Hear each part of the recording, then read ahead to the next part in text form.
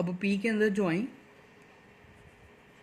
जो 3 वैल्यूज़ आई हमारी, ठीक है, 3 सब शेल्स प्रेजेंट है, वो कौन कौन सी हैं उनको नाम देंगे P X, P Y and P Z. ठीक है, पी एक्स मतलब हो गया, इन तीनों के केस में वैल्यूज़ हैं इनकी, पहले तो पी जेड के लिए 0, पी एक्स के लिए +1, पी वाई के लिए -1। ठीक है, अगर आपकी वैल्यू m की +1 आ रही है इसका मतलब पी एक्स हो गया, -1 आ रही है इसका मतलब पी वाई, अगर 0 आ रही है इसका मतलब पी जेड। ठीक है, ये वैल्यूज़ होगी इनकी। इसके बाद इसी तरह से डी के अंदर आ रही हैं 5 सब शेल्स,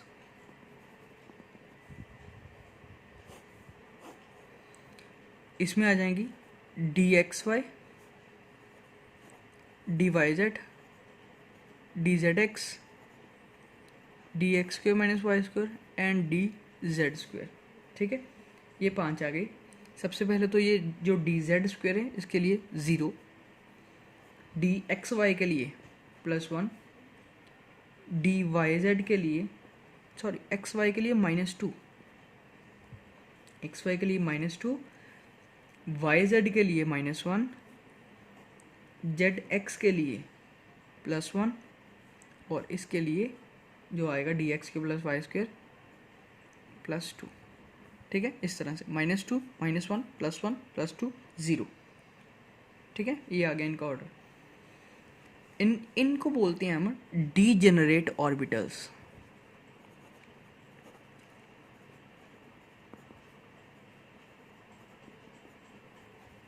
ठीक है, इनको बोलेंगे डीजेनरेट ऑर्बिटल्स। डीजेनरेट मीन्स इनकी सभी की एनर्जी क्या है, इक्वल।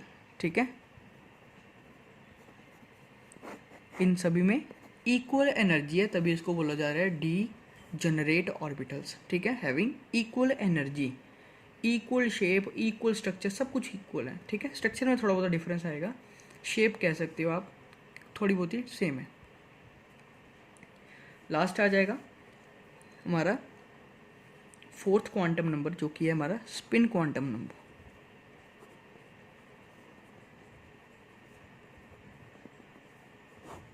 स्पिन क्वांटम नंबर को शो करेंगे हम एस से या कई बार एम एस से। ठीक है, ज़्यादातर एस वर्ड यूज़ करेंगे, सिंपल वर्ड है। ठीक है, इसने क्या बताना है, इसने बताना है इलेक्ट्रॉन की रोटेशन के बारे में। ठीक है, orientation of the electron in atom around the nucleus. ठीक है, किसी एटम के न्यूक्लियस के अंदर इलेक्ट्रॉन किस तरह से रिवॉल्व कर रहा है, इसके बारे में बताएगा हमें स्पिन क्वांटम नंबर। ठीक है, स्पिन क्वांटम नंबर बताएगा 2 वैल्यूज़। ठीक है, या तो एस की वैल्यू आ जाएगी +1/2, या तो एस की वैल्यू आएगी -1/2। ठीक है, 2 वैल्यूज़ हो सकती हैं, एस की वैल्यू या +1/2 या -1/2। अब +1/2 और -1/2 का मतलब क्या हो गया, ये है एक्चुअली क्लॉकवाइज और एंटी क्लॉकवाइज। अगर +1/2 है, इसका मतलब हो गया उसकी डायरेक्शन कैसी है, क्लॉकवाइज। अगर -1/2 आ रहा है तो उस केस में उसकी डायरेक्शन कैसी है, एंटी क्लॉकवाइज। ठीक है, मीन्स इलेक्ट्रॉन अगर इस तरह से ओरिएंट है, ये मान लो कोई न्यूक्लियस है, ये शेल, और इलेक्ट्रॉन ये है जो कि इस तरह से चल रहे हैं, ये कौन सी होगी, क्लॉकवाइज डायरेक्शन। क्लॉकवाइज के केस में एस की वैल्यू क्या आ जाएगी, +1/2, ये फिक्स है। ठीक है, अगर इलेक्ट्रॉन इस तरह से प्रेजेंट है, इस तरह से, तो ये डायरेक्शन मेरी हो गई एंटी क्लॉकवाइज। एंटी क्लॉकवाइज होने का मतलब कि इलेक्ट्रॉन -1/2 वैल्यू। अब हमारे पास टोटल 4 क्वांटम नंबर हो गए।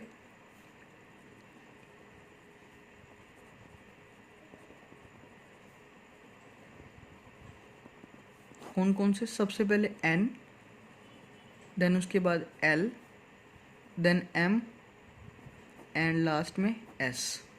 ठीक है, N, L, M and S। ठीक है, प्रिंसिपल वैल्यू जो वैल्यू ज़्यादातर 0 1 2 3 आएगी। L की वैल्यू जो कि 0 1 2 3, जिसमें S P D इस तरह से आएंगे। इसमें आ जाएगा 0 -1 0 +1 -2 -1 0 +1 +2, जिसमें सारे dx dxy सारे ऑर्बिटल्स आ जाएंगे। इसमें सिंपली +1/2 और -1/2। ठीक है, दो वैल्यूज़ आ जाएंगी इस तरह से। ठीक है, ये हमारे हो गए टोटल प्रिंसिपल क्वांटम नंबर। इन सभी ने मिलकर क्या करना है? Give us complete address of the electron in an atom. बड़ी इंपॉर्टेंट चीज़ है। इन सभी ने मिलकर हमें क्या प्रोवाइड कराना है? एक कंप्लीट एड्रेस इलेक्ट्रॉन का, कि इलेक्ट्रॉन कहाँ पर प्रेजेंट है एक एटम के अंदर।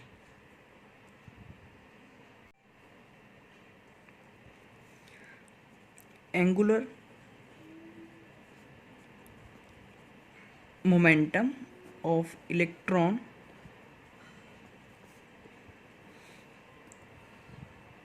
In an orbital. अगर आपने एंगुलर मोमेंटम को कैलकुलेट करना है किसी भी ऑर्बिटल के अंदर, तो वो कैसे कर सकते हैं? उसके लिए L × L+1 √h/2π, ये एक रिलेशन है जिसको यूज़ करते हैं। अब इसमें देखो, इसमें ये क्या चीज़ है? ये क्या है? हमारा एजीमुथल क्वांटम नंबर। ठीक है, अब इसीलिए एजीमुथल क्वांटम नंबर को एंगुलर मोमेंटम ऑफ इलेक्ट्रॉन भी बोला जाता है। एंगुलर मोमेंटम ऑफ इलेक्ट्रॉन का मतलब ये हो गया कि एजीमुथल क्वांटम नंबर आपको अगर पता है तो उससे आप ये भी कैलकुलेट कर सकते हो। ठीक है, अगर आपको L की वैल्यू पता है तो आप एंगुलर मोमेंटम कैलकुलेट कर सकते हो।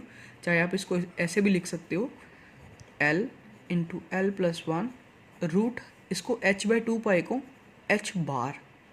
ठीक है, दैट इज़ h बार। ठीक है, h बार का मतलब हो गया कि h/2π। ठीक है, अब इसमें L की वैल्यू पुट करो तो आप जैसे 1 पुट करोगे तो आपको आंसर आ जाएगा, 2 पुट करोगे तो आपको पता लग जाएगा। ठीक है, इसी रिलेशन को हम यूज़ करते हैं बोहर थ्योरी के अंदर भी।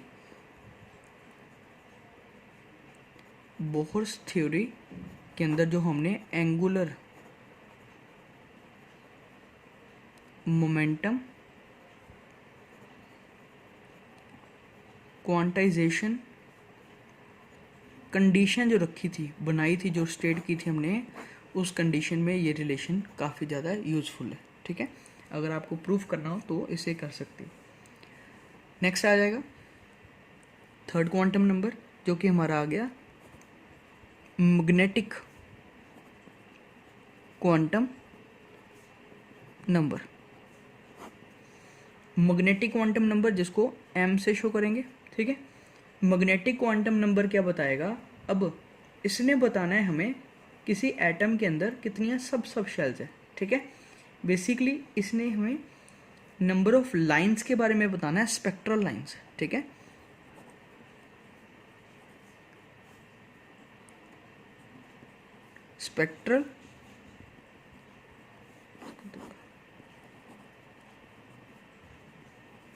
Spectral lines splits up into a number of lines। ठीक है, इसमें क्या होगा? जो स्पेक्ट्रल लाइंस हम पढ़ते हैं, जो लेवल्स पढ़ते हैं, आगे फर्दर क्या होंगे? स्प्लिट होंगे नंबर ऑफ लाइंस में। ठीक है, कौन से नंबर ऑफ लाइंस में? जिसको जो नंबर ऑफ लाइंस यहाँ पर आएगी उसको बोलेंगे ज़ीमैन इफेक्ट। ठीक है, इसको बोलते हैं ज़ीमैन इफेक्ट। ज़ीमैन इफेक्ट क्या चीज़ है? एक क्या करेगा? मैग्नेटिक डेविएशन क्रिएट करेगा, ओरिएंटेशन प्रेजेंट करेगा, जिसमें हर एक शेल आगे क्या बताएगा हमें? उनकी सब सब शेल्स के बारे में, ठीक है। किसी एटम के अंदर कितनी सब शेल्स हैं, ठीक है, उनकी कितनी सब शेल्स प्रेजेंट हैं, उसके अंदर आगे कितनी उनकी सब शेल्स हैं, इसके बारे में ये बताएगा, ठीक है।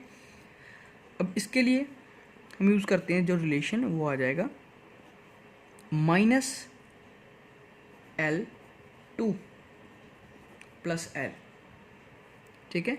सबसे पहले ये रिलेशन दिमाग में रखना है। यहाँ पर L क्या चीज़ है, L हमारा हो गया एजीमुथल क्वांटम नंबर, ठीक है। अगर आपको N पता है तो आपको पहले L कैलकुलेट करना पड़ेगा। अगर आपको L पता लग गया देन आप उससे M कैलकुलेट कर सकते हो। आप डायरेक्ट कभी N से M नहीं कैलकुलेट कर सकते, ठीक है। पहले आपको L पता करना पड़ेगा, देन आप M निकाल सकते हो। अब M के बारे में बात करें तो मान लो मैंने फर्स्ट शेल ले रहा हूँ, ठीक है। फर्स्ट शेल मतलब हो गया इसमें फॉर S सब शेल, ठीक है। जैसे हमने पिछले केस में देखी कि N की वैल्यू क्या आ रही थी, जब मैंने 1 ली तो मेरी L की वैल्यू क्या आई, 0 मीन्स S, ठीक है। जब मैंने सेकंड शेल ली, N की वैल्यू 2, L की वैल्यू 0 और 1, S और P आया, ठीक है। इसके अंदर हमने अब S के अंदर और P के अंदर शेल्स देखनी है कि कितनी सब शेल्स ने और यहाँ कितने नंबर ऑफ लाइंस में वो डिवाइड हो रहे हैं। सबसे पहले S में, in case of S L की वैल्यू कितनी है, 0, ठीक है। S केस में L की वैल्यू 0 आती है। M की वैल्यू कितनी आ गई, -0, 2 + 0 मीन्स अगेन 0। और अगर P के केस में देखें, for P sub shell, P के केस में L की वैल्यू कितनी आ जाएगी, 1। L की वैल्यू 1 आने का मतलब M की वैल्यू हो गई -1, 2 + 1 मीन्स -1, 0 + 1, कितनी वैल्यूज आ गई, 3। यहाँ पर मेरी कितनी वैल्यूज आई, 1, ठीक है। इसका मतलब S सब शेल के अंदर कोई भी सब शेल्स नहीं है, सिर्फ एक ही है। P के अंदर क्या है, P के अंदर 3 सब शेल्स हैं, ठीक है, सब शेल्स हैं। फॉर D सब शेल्स, इसमें भी देखें M की वैल्यू कितनी आ गई, -D के लिए L कितने, 2, -2 से +2 मीन्स -2, -1, 0 + 1 और +2, कितनी वैल्यूज आ गई टोटल, 5, ठीक है। इसका मतलब ये हो गया हमारी 5 सब शेल्स के अंदर मेन सब शेल्स। अब इनको नेम बाद में देखेंगे क्या चीज़ है, ठीक है। पहले तो ये आपने याद रखना है कि इसके अंदर कितनी सब शेल्स हैं, इनके अंदर कितनी सब शेल्स हैं और इसके अंदर कितनी सब शेल्स हैं, ठीक है। इसी तरह से आगे करोगे तो 7 आ जाएंगी, और नंबर ऑफ टर्म्स में चलता जाएगा, ठीक है। ये हो गया हमारा मैग्नेटिक क्वांटम नंबर।